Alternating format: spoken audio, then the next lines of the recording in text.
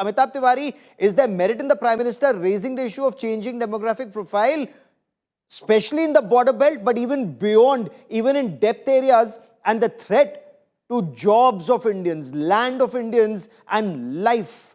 Now, is that impacting states like Bengal, but also Bihar?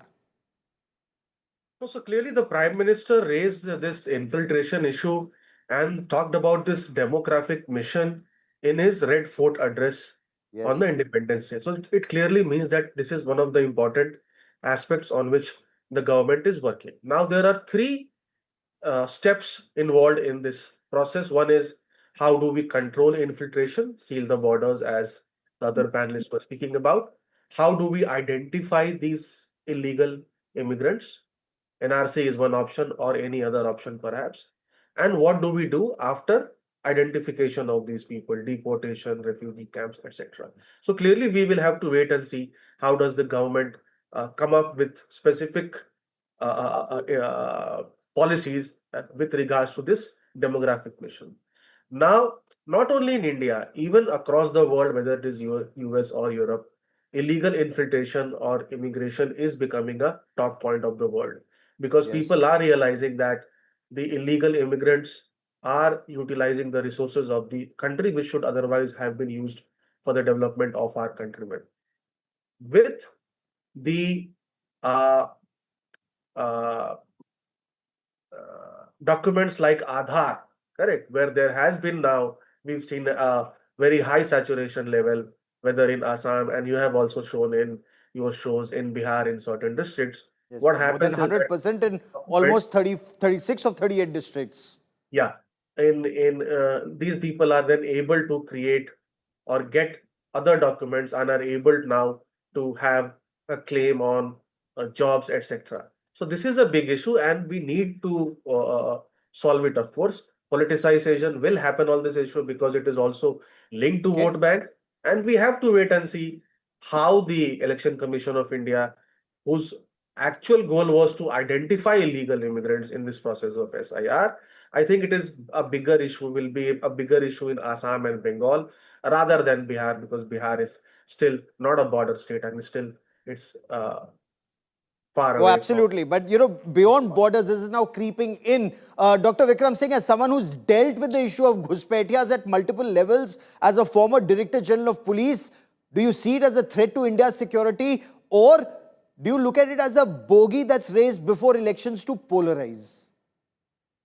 Good evening, Gaurav ji and gentlemen. It will be an understatement if I were to say that this is a bogey. Every infiltrator who has not been identified is a ticking time bomb. I would say a ticking time bomb. And this is the ground reality, not only in India, but the world over. Now, see, going to the fact, the grassroots level, infiltration did not happen yesterday. It began in the year early 1971, before the Bangladesh war. And then it has never ended. Now, to say that leveling allegation that the center did not do this and state did not do this, well, no border sealing or border fencing is fail-proof or foolproof 100%. It is the coordinated action of both the center and the state, which will see that the infiltration is contained. It cannot be eradicated. But yes, you can do your very best. Even America has not been able to do fail-proof and foolproof checking of infiltration. But what we could have done, but yes, there are those within the state governments who say in their own words, "Ye hamari amanat hai." You may recall that in West Bengal, there was a call when there was trouble in Bangladesh that if there's problem there, I'm going to welcome you. What bigger evidence would you require when the people sitting at home in India are welcoming infiltrators with open arms? My recommendation to the commission would be, Gaurav ji, that first deny them all voting rights, property rights, citizenship rights, and they should not have any access to government subsidies unless you take these firm decisions. They will eat up, and you will go to Nainital, you go to the Tarai area where there was not a single infiltrator. You find swarms and swarms of them, in numbering in lakhs, who have taken over the pristine land. And the demographic profile that's changing is that, as you rightly point out, is that a ticking bomb? And are we burying our head in sand? Mohan Kumar Mangalam, it's not a current problem. Let me refer you to a report by late Lieutenant General S.K. Sinha, then Governor of Assam. And this was, I think, in November 1998. Late General Sinha wrote to the center that illegal immigration poses a grave threat both to the identity, and he was speaking about the people of Assam, and to our national security. Now, beyond that, so the BJP was in power till 2004, the Congress or the UPA were in power from 2004 to 14. Nothing done. I'll come to Rohan Gupta to talk about what's happened from 14 to 25, but from on that period, sir. It was during UPA's term actually that the National Population Register was brought about. And the Assam issue has been one that has been burning for quite a number of years. So it is with the context of Assam, in fact, that the changing of the demographic, and I will take it to mean the changing of the ethnic background of people there, has been an issue that has led to mass protests, that has led to enormous student protests, and the Assamese have felt that the identity itself is shrinking. So it is after a lot of trepidation, the Assam Accords were signed. The Supreme Court upheld Article 6A of those accords as well. And there have been detainees in Assam in detention camps as a result of identification. So I think up to 2005, IMD was used, and after that, foreign tribunals were used again. Gaurav said, Rohan said that, it doesn't matter how we actually do it, but, in a constitutional democracy, there are laws. And following the right law and process to whether to disenfranchise or enfranchise an individual as a citizen of India is the most important part. We have been using a particular process to do that via foreign tribunals.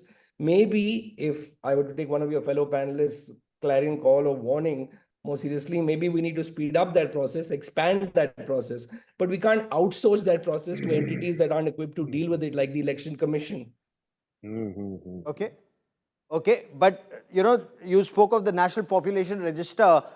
When you talk about protests that happen either with the Citizenship Amendment Act or read NCS. with, then as I'm some talking said, about the- and I'm just taking it forward for the Yeah, simple Gaurav, I'm reason. just saying that I'm talking about the protest, not about CAA, but prior Yeah, to sure. that. Protests in Sure. Assam No, happened and many when you years come to the until Assam NRC, Accords. even before systems are put in place, you start seeing protests. Now, decisions have to be taken by courts of law and not by the street. But who's mobilizing the street in this country and why? Gaurav, Rohan Gupta. nobody was mobilizing the street. I know what you're The hinting at. street So let was me clarify mobilized. for a The street second. was mobilized. I will yield to Dr. Vikram Singh's superior knowledge Gaurav, on that. let me take 1 second there to rebut Go you on, and sir. say that NRC would not have been a problem without CAA.